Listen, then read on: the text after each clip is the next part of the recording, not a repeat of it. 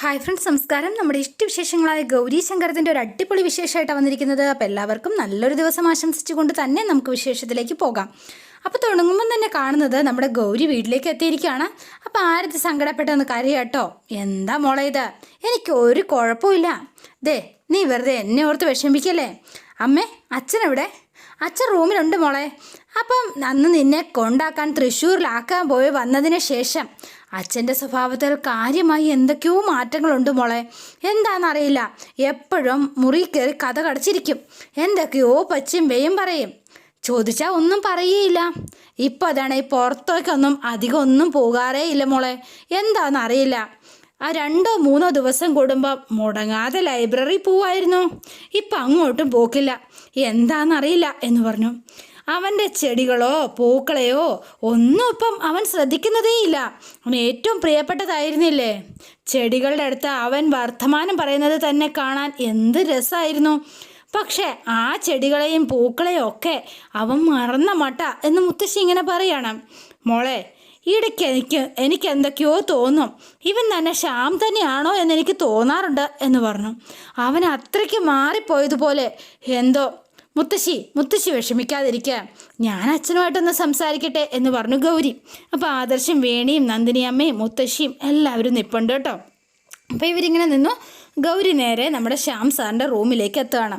അപ്പോൾ പുള്ളി എന്തോ ഭയങ്കര ചിന്തയിലിരിക്കുകയാണ് അന്നേരവും. അപ്പം ഗൗരിയെ കണ്ടു, പക്ഷെ ഒരു റിയാക്ഷൻ ഉണ്ടായിരുന്നില്ല. വേഗം മുഖമൊക്കെ തിരിച്ചു വെച്ച് ഇങ്ങനെ ഇരിക്കുകയാണ്. അച്ഛൻ എൻ്റെ മുഖത്തേക്കൊന്ന് നോക്കിയേ എന്ന് പറഞ്ഞു ഗൗരി. വേണ്ട മോളെ.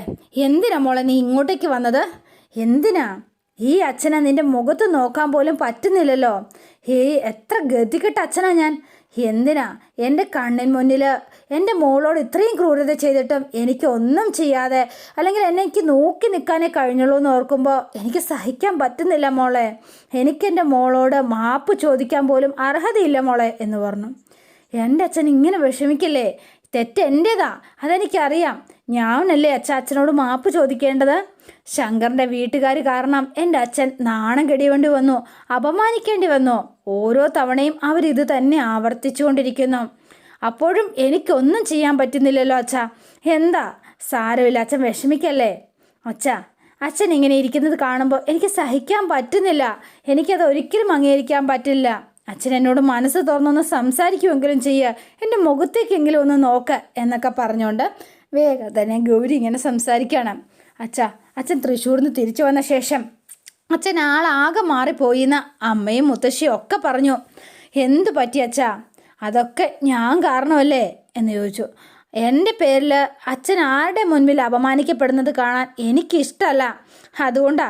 എന്താ അച്ഛാ ഇങ്ങനെ എന്ന് ചോദിച്ചു. അപ്പോൾ കരയാണ്. അപ്പോൾ ഗൗരി കരഞ്ഞപ്പോൾ, നീ വിഷമിക്കല്ലേ, നീ കരയരുത്. നീ കരയുന്നത് എനിക്ക് ഈ അച്ഛന് സഹിക്കാൻ പറ്റില്ല എന്ന് പറഞ്ഞ് വേഗം തന്നെ ഗൗരിയുടെ കണ്ണൊക്കെ തൂത്തു കൊടുത്തു കേട്ടോ. ഗൗരി ഇങ്ങനെ ആശ്വസിപ്പിക്കുകയാണ്.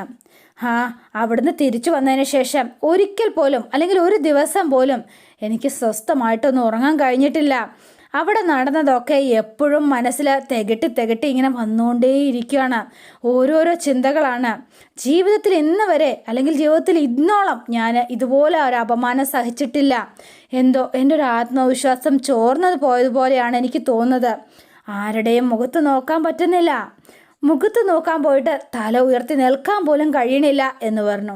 അച്ഛൻ എന്താ ഇങ്ങനെ? നിസ്സാര കാര്യത്തിന് പോലും ഞാൻ ചിലപ്പോൾ ദേഷ്യം പിടിക്കുന്നുണ്ട്. അത് മനഃപൂർവ്വമായിട്ട് ചെയ്യണതല്ല, അറിയാതെ പറഞ്ഞു പോകുന്നതും ചെയ്തു പോകുന്നതാ മോളെ. അത് അവിടെ നടന്നതൊന്നും ഇവിടെ തുറന്നു പറയാൻ അച്ഛന് കഴിയില്ലല്ലോ മോളെ. നിന്നെക്കുറിച്ച് ഓർക്കുമ്പോൾ എനിക്ക് ആകെ സ്വസ്ഥതയും സമാധാനവും ഒക്കെ നഷ്ടപ്പെടും. അച്ഛനെ തന്നെ സമാധാനിപ്പിക്കാൻ വേണ്ടി ശങ്കർ കൂടെ ഉണ്ടല്ലോ, അത് മതി. അതുകൊണ്ട് എൻ്റെ മോൾക്ക് ഒരു കുഴപ്പമുണ്ടാവില്ല എന്ന് സ്വയം ഞാനങ്ങ് പറയും. അച്ഛൻ പറഞ്ഞത് ശരിയല്ലേ മോളെ? എന്താ? അവൻ എല്ലാ കാര്യത്തിലും നിന്നോട് കൂടെ നിൽക്കുന്നുണ്ടല്ലോ, അത് തന്നെ വലിയ കാര്യം. ഭാര്യ ഭർത്തൃബന്ധം പവിത്രമാ. അത് മുറിച്ചു മാറ്റാൻ ആർക്കും ഒരവകാശം ഇല്ല മോളെ. സത്യം അച്ഛാ എന്ന് പറഞ്ഞു. ശങ്കർ എപ്പോഴും എൻ്റെ കൂടെ തന്നെ നിന്നു. പക്ഷേ ഞാൻ കാരണം അച്ഛനുണ്ടായിരിക്കുന്ന ഈ ബുദ്ധിമുട്ട്, എൻ്റെ ബുദ്ധിമുട്ടോർത്ത് മോള് വിഷമിക്കണ്ട കേട്ടോ. അതങ്ങ് വിട്ടേരെ, അതൊക്കെ മാറിക്കോളും. എങ്കിലും നിങ്ങൾ മക്കൾ സന്തോഷിക്കുമ്പോൾ ഞങ്ങൾ സന്തോഷിക്കും, നിങ്ങൾ ദുഃഖിക്കുമ്പോൾ ഞങ്ങളും ദുഃഖിക്കും. അങ്ങനെയാ ഓരോ രക്ഷിതാക്കളുടെയും അവസ്ഥ. അച്ഛൻ മോളോട് ഒരു കാര്യം പറയാം.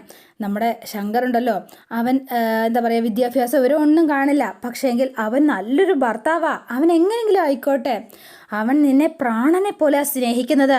തിരിച്ചു മോളും അവനെ അങ്ങനെ തന്നെ സ്നേഹിക്കണം കേട്ടോ. അവൻ്റെ കൂടെ നിൽക്കുകയും വേണം, മനസ്സിലായോ നിനക്ക് എന്ന് ചോദിച്ചു. അപ്പോൾ ഗൗരിക്ക് സങ്കടം സഹിക്കാൻ പറ്റിയില്ല. ഗൗരി വേഗം ശ്യാം സാറിനെ കെട്ടിപ്പിടിച്ചിരുന്ന കരയാണ് കേട്ടോ. അപ്പോൾ ശങ്കറിനെ കണ്ടില്ല എന്നുള്ളൊരു സങ്കടം, വല്ലാത്തൊരു സങ്കടത്തിലാണ് ഗൗരി വീട്ടിലേക്ക് എത്തിയിരിക്കുന്നത്. എന്താ മോളെ, എന്താ പറ്റിയത് എന്ന് ചോദിച്ചു. അപ്പം മനസ്സിലിങ്ങനെ വിചാരിക്കുക, ശങ്കറിനെ കാണാനില്ലെന്നുള്ള കാര്യം ഞാൻ എങ്ങനെയാ അച്ഛനോട് പറയുക? ഒന്നാമത് അച്ഛൻ ആകെ സങ്കടത്തിലിരിക്കുക. ഞാനിനി ഈ കാര്യം കൂടി പറഞ്ഞാൽ എന്തായിരിക്കും അവസ്ഥ?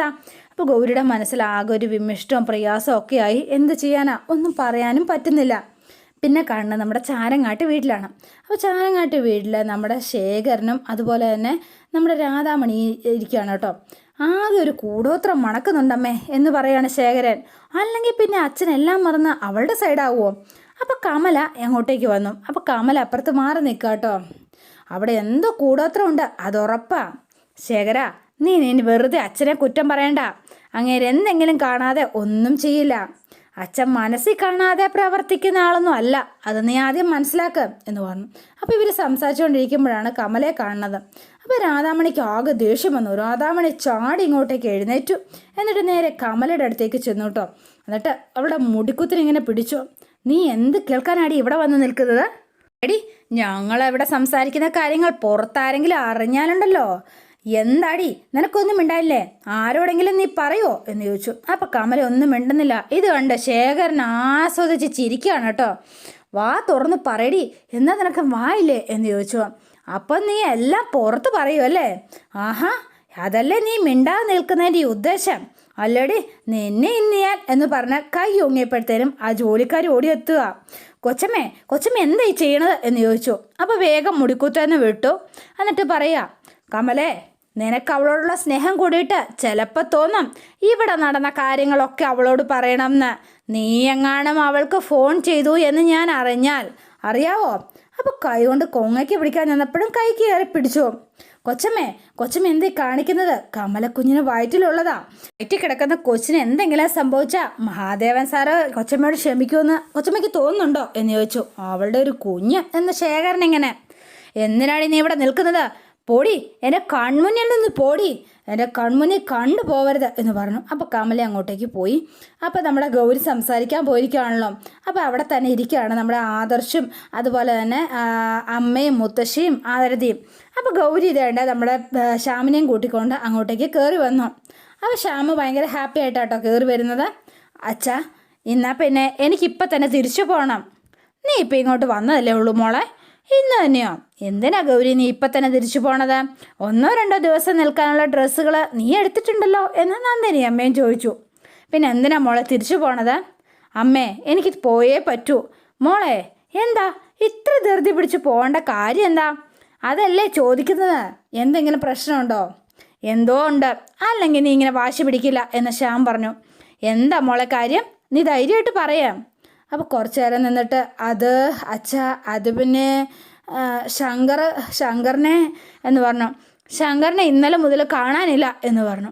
എല്ലാവരും ഞെട്ടിപ്പോയി. എന്താ നീ പറഞ്ഞത്? പിന്നെ എന്താ നീ ഇത് ആദ്യം പറയാതിരുന്നത്? ഇത്ര നേരം മിണ്ടാതിരുന്നത്? എങ്കിൽ പിന്നെ ഇക്കാര്യം നമുക്ക് പോലീസ് സ്റ്റേഷനിൽ അറിയിക്കണം. ഗൗരി, നീയും ശങ്കറും തമ്മിൽ വഴക്കൊന്നും ഉണ്ടായിട്ടില്ലല്ലോ അല്ലേ? നിങ്ങൾ വഴക്കിട്ടായിട്ടാണോ അവൻ ഇറങ്ങിപ്പോയത്? ആണോ?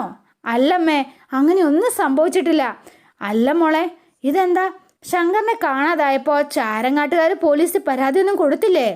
മുത്തശ്ശി, മറ്റുള്ളവർ എന്ത് ചെയ്യുമെന്ന് നോക്കിയിരുന്നാൽ ഒന്നും നടക്കില്ല മുത്തശ്ശി. ശങ്കർ എവിടെയാണെങ്കിലും എങ്ങനെങ്കിലും ഞാൻ ശങ്കറിനെ കണ്ടെത്തും. പക്ഷേണ്ണും എൻ്റെ ഒപ്പം വരുന്നുണ്ട്. അപ്പോൾ അച്ഛൻ പറയാണ്, മോളെ നീ വേഗം തന്നെ തൃശ്ശൂർ എത്തി അവിടുത്തെ പോലീസ് സ്റ്റേഷനിൽ ഒരു പരാതി കൊടുക്കണം. അല്ലെങ്കിൽ ഒരു കാര്യം ചെയ്താലും മതി, ഫോണിൽ വിളിച്ച് പറഞ്ഞാലും മതി, പരാതി സ്വീകരിക്കുകയൊക്കെ ചെയ്യും എന്ന് പറഞ്ഞു. അപ്പോൾ ഇവരിങ്ങനെ ഇതിനെക്കുറിച്ച് സംസാരിക്കാം. പോലീസ് അന്വേഷിക്കുന്നതിനോടൊപ്പം അവൻ പോകാൻ പറ്റുന്ന സ്ഥലങ്ങളിലൊക്കെ നിങ്ങളും കൂടി ഒന്ന് ചെന്ന് അന്വേഷിക്കാം എന്ന് പറഞ്ഞു. അതെ അച്ഛാ, അത് ഞാൻ അങ്ങനെ തന്നെയാണ് കരുതിയിരിക്കുന്നത് എന്ന് പറഞ്ഞു. ആദർശേട്ടാ, എങ്കിൽ നമുക്ക് ഇറങ്ങാം എന്ന് പറഞ്ഞു. ഇവരിങ്ങനെ ഇറങ്ങാൻ തുടങ്ങുമ്പോഴത്തേനുമാണ് നമ്മുടെ മഹാദേവൻ കയറി വരുന്ന ഇളിച്ചോണ്ട്. ഒരു ഉളുപ്പുമില്ലാത്തതുകൊണ്ട് പിന്നെ പറയണ്ടല്ലോ. വാ മോളെ, കയറി വാ മോളെ എന്ന് പറഞ്ഞ് വേണിയും കൂട്ടിക്കൊണ്ടാണ് വരവ്. കണ്ടപ്പോൾ തന്നെ ആട്ടിപ്പായിക്കാനാണ് നമ്മുടെ ശ്യാം സാറിന് തോന്നിയത്. പിന്നെ മിണ്ടാതെ ഇങ്ങനെ നിന്നു കേട്ടോ. അയാൾ ഭയങ്കര ചിരിയൊക്കെ ചിരിച്ചു വന്നിട്ട്, പ്രൊഫസർ നമസ്കാരം കേട്ടോ. ആ മരുമോനെ, മുത്തശ്ശി, ആരതി മോളെ, നന്ദിനിയമ്മേ, എന്തൊക്കെയുണ്ട് വിശേഷങ്ങൾ എന്ന് ചോദിച്ചു. ആ വേണിമോള്, നീ നിന്റെ കുടുംബത്തെത്തിട്ടോ എന്ന് പറഞ്ഞു. പ്രൊഫസറ്, കെട്ടിച്ച് വിട്ട് കഴിഞ്ഞാൽ പിന്നെയുണ്ടല്ലോ ഭർത്താവിൻ്റെ വീടാണല്ലോ പെൺകുട്ടികളുടെ കുടുംബം, അവരുടെ സ്വന്തം കുടുംബം. എന്തുട്ടാ പ്രൊഫസറെ, ഞാൻ പറഞ്ഞത് ശരിയല്ലേ എന്ന് ചോദിച്ചു. എന്താ, ഇല്ലെങ്കിൽ തിരുത്തി തരണം കേട്ടോ. നിങ്ങളെയൊക്കെ തിരുത്താൻ ഞാനാളല്ല മഹാദേവ എന്ന് പറഞ്ഞു. കടുപ്പത്തിൽ തന്നെ അടിച്ച് പറയണത്. അപ്പോൾ മഹാദേവന് മനസ്സിലായി, ഞാനല്ല, ഈ ലോകത്ത് ആര് വിചാരിച്ചാലും നിങ്ങളെപ്പോലൊരാളെ തിരുത്താൻ കഴിയുമെന്ന് എനിക്ക് തോന്നണില്ല എന്ന് പറഞ്ഞു. ശ്യാമേട്ടാ, എന്തൊക്കെയാ വിളിച്ചു പറയണത് എന്ന് ചോദിച്ചു നന്ദിനിയമ്മ. ഇങ്ങനെയാണോ സംസാരിക്കുന്നത്? നമ്മുടെ വീട്ടിൽ വരുന്ന ഒരാളോട് ഇങ്ങനെയൊക്കെയാണോ സംസാരിക്കേണ്ടത്? എന്താ പറ്റിയത് ശ്യാമേട്ടന് എന്ന് ചോദിച്ചു. മഹാദേവൻ ഇരിക്കുക, നന്ദിനി ചായ എടുക്കുക എന്ന് പറഞ്ഞു. അപ്പം നന്ദിനി ചായ എടുക്കാനായിട്ട് കിച്ചണിലേക്ക് പോയി. അപ്പോൾ ബാക്കി എല്ലാവരോടും നിൽപ്പുണ്ട്. പ്രൊഫസർക്ക് എന്നോട് നല്ല ദേഷ്യം ഉണ്ടാവുമെന്ന് എനിക്ക് നന്നായി അറിയാം കേട്ടോ. ശരിയാണ്, ഞാൻ ചെയ്തത് തെറ്റ് തന്നെയാണ് കേട്ടോ. പക്ഷേ ആ തെറ്റിന് ഞാൻ പ്രൊഫസറോട് മാപ്പ് ചോദിക്കുകയാണ്. അപ്പോൾ ഒരാക്കിയ മാപ്പ് ചോദ്യം. പെട്ടെന്ന് ഓരോന്ന് കേട്ടപ്പോൾ ഉണ്ടല്ലോ, ഒന്നും ചിന്തിക്കാതെ ഞാൻ ചിലതൊക്കെ അങ്ങ് പ്രവർത്തിക്കുകയും ചെയ്യുകയും ഒക്കെ ചെയ്തു പോയി. അപ്പോൾ വേണി ഇങ്ങനെ നിൽക്കുകയാണ്. ഇതെല്ലാം കേട്ടിട്ട് ഒരു ഉഗ്രം പെർഫോമൻസാണ് കാഴ്ചവെക്കുന്നത്. എങ്ങനെയൊന്നും ചെയ്യാൻ പാടില്ല എന്ന് എനിക്ക് പിന്നീട് ബോധ്യപ്പെട്ടു. വെറും തെറ്റായിപ്പോയി പ്രൊഫസറെ, വലിയ തെറ്റായിപ്പോയി ഞാൻ ചെയ്തത് കേട്ടോ. ഞാനേ ഒരു കാര്യം പറയട്ടെ, കുറച്ചുകൂടെയൊക്കെ ഞാൻ ചിന്തിച്ച് പ്രവർത്തിക്കേണ്ടതായിരുന്നു.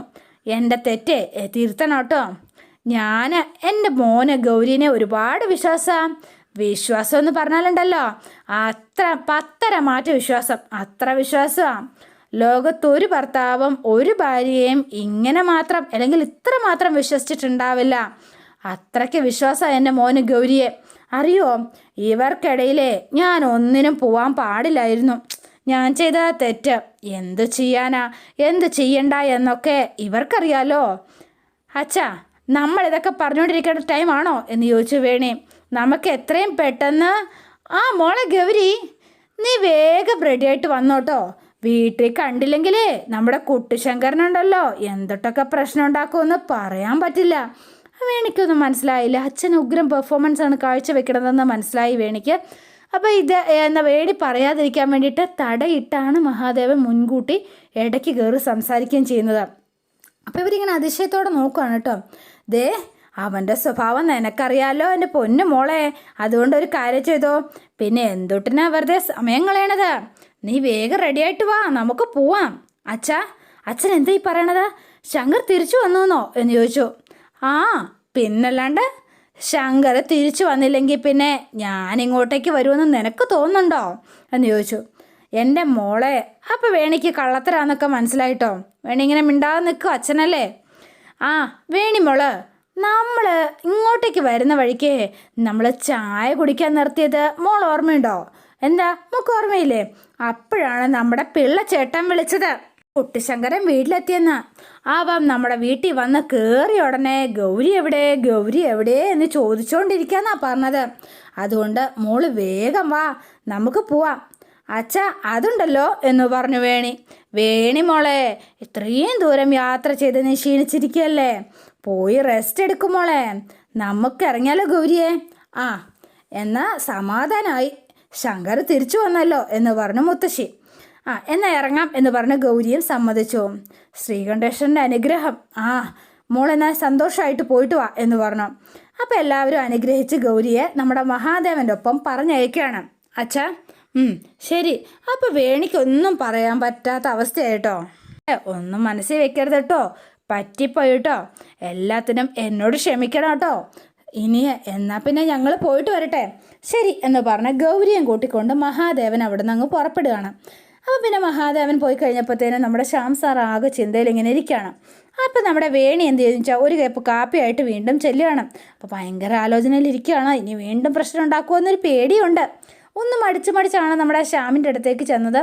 അപ്പോൾ പ്രൊഫസറെ, ചായ ഞാനുണ്ടല്ലോ, നന്ദിനിയമ്മ തന്നയച്ചതാ ചായ എന്ന് പറഞ്ഞ് ചായ കൊണ്ട് കൊടുത്തു. അപ്പോൾ വാങ്ങി. നമ്മുടെ പ്രൊഫസറെ, നമ്മുടെ അച്ഛൻ ഇങ്ങനെ കേട്ടോ, ആരോട് എങ്ങനെ സംസാരിക്കണമെന്നൊക്കെ അച്ഛന് നന്നായിട്ട് അറിയാട്ടോ പ്രൊഫസറെ.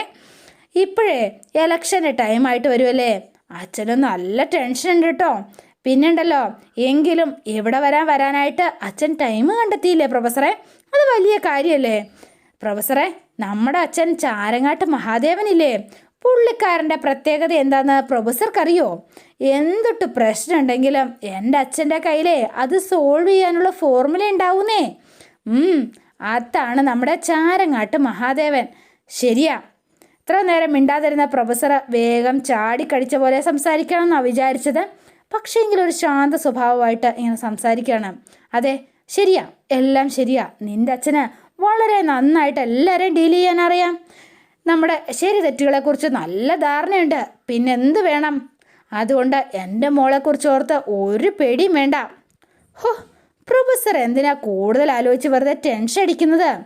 ദേ, ഞാൻ ഈ ഫാമിലിയുടെ കൂടെയുള്ളപ്പോൾ നമ്മുടെ ഗൗരിക്ക് ഒന്നും സംഭവിക്കില്ല എന്ന് പറഞ്ഞു. അപ്പോൾ പ്രൊഫസർ അത്രയും നേരം ശാന്തനായിരുന്ന ആൾ ചാടി ഇങ്ങോട്ടേക്ക് എഴുന്നേറ്റു. നീ എന്നെ ആശ്വസിപ്പിക്കാൻ വന്നതാ? വേണ്ടാട്ടോ, നീയും ചാരങ്ങാട്ട് രക്തമല്ലേ. ചാരങ്ങാട്ടുകാരുടെ സ്വഭാവമൊക്കെ എനിക്ക് നന്നായിട്ടറിയാം. ഇനി നീയായിട്ട് വിശദീകരിക്കണമെന്നില്ല എന്ന് പറഞ്ഞു. നിന്റെ വീട്ടുകാരെന്തിനാ എൻ്റെ ഗൗരിയോട് ഇങ്ങനെയൊക്കെ ചെയ്യുന്നത്? ഒരു പാവം പെൺകുട്ടിയെ അവരൊക്കെ കൂടി ചേർന്ന് എത്രത്തോളം ദ്രോഹിക്കുന്നു, എന്തുമാത്രം ഉപദ്രവിക്കുന്നത്. ഞാൻ പ്രതികരിക്കില്ല എന്നാണോ നിന്റെ അച്ഛനും വീട്ടുകാരും ഒക്കെ കരുതിയത്? എങ്കിൽ കേട്ടോ, എൻ്റെ മോളെ അവർ വേദനിപ്പിക്കുന്നതിന് പകരമായിട്ട് ഞാൻ നിന്നെ വേദനിപ്പിച്ചാലോ? പറയാം, പെൺകുട്ടികളോട് എങ്ങനെ പെരുമാറണമെന്ന് അവർക്ക് അപ്പം മനസ്സിലാവും. എന്താ ഞാൻ അത് ചെയ്യാത്തതാണോ നിങ്ങൾ ചെയ്ത തെറ്റ്? പറയടി എന്ന് പറഞ്ഞു. അപ്പം ഇത് കേട്ടോണ്ടാണ് നന്ദിനി അമ്മ അങ്ങോട്ടേക്ക് വരുന്നത്. നിന്നെ ഇവിടിട്ട് കഷ്ടപ്പെടുത്തണോ എന്ന് ചോദിച്ചു. അപ്പം നന്ദിനി അമ്മ വന്നിട്ട്, ശ്യാമേട്ടാ, വേണിയോട് നിങ്ങൾ എന്തൊക്കെയാ ഈ പറയണത്? ശ്യാമേട്ടന് എന്താ പറ്റിയത്? ഇവിടെ വേണിയുടെ ഭാഗത്ത് എന്ത് തെറ്റാ ഉള്ളത്? ഇവൾ നമ്മളെ സഹായിക്കാനല്ലേ ശ്രമിക്കുന്നത്? അതെന്താ ശ്യാമേട്ടന് മനസ്സിലാവാത്തത്? നന്ദിനി, വേണ്ടാട്ടോ, ചാരങ്ങാട്ട് നമ്മളെ ഒരാളെ സഹായിക്കില്ല കേട്ടോ. അവരുടെയൊക്കെ മനസ്സിലിരിപ്പ് വേറെയാ. അതൊന്നും മനസ്സിലാക്കാതെ നമ്മൾ വെറുതെ മുൻകൂട്ടി വിശ്വസിക്കുന്നതാ നമ്മുടെ തെറ്റ്. ഇനി ഞാൻ എങ്ങനെയാ ശ്യാമേട്ടനെ പറഞ്ഞ് മനസ്സിലാക്കി തരുന്നത്? നന്ദിനിയമ്മേ, വേണ്ടട്ടോ, പ്രൊഫസറോട് ഞാൻ സംസാരിക്കാം എന്ന് പറഞ്ഞു വേണി. ദേ പ്രൊഫസറെ, വിശ്വസിച്ചാലും ഇല്ലെങ്കിലും ഗൗരി നന്നായിട്ട് ജീവിക്കണമെന്നും ഗൗരി ഏട്ടനെ നന്നായി ജീവിക്കണമെന്നും ഞാൻ ആഗ്രഹിക്കുന്നുണ്ട് കേട്ടോ. എൻ്റെ ഏട്ടൻ്റെ ജീവിതമാണ് ഞാൻ പ്രധാനം. ഞാൻ സത്യസന്ധമായിട്ട് ഞാൻ ആത്മാർത്ഥമായിട്ട് പറയുമ്പോൾ എന്നെ മനസ്സിലാക്കാൻ ശ്രമിക്കുന്നില്ല.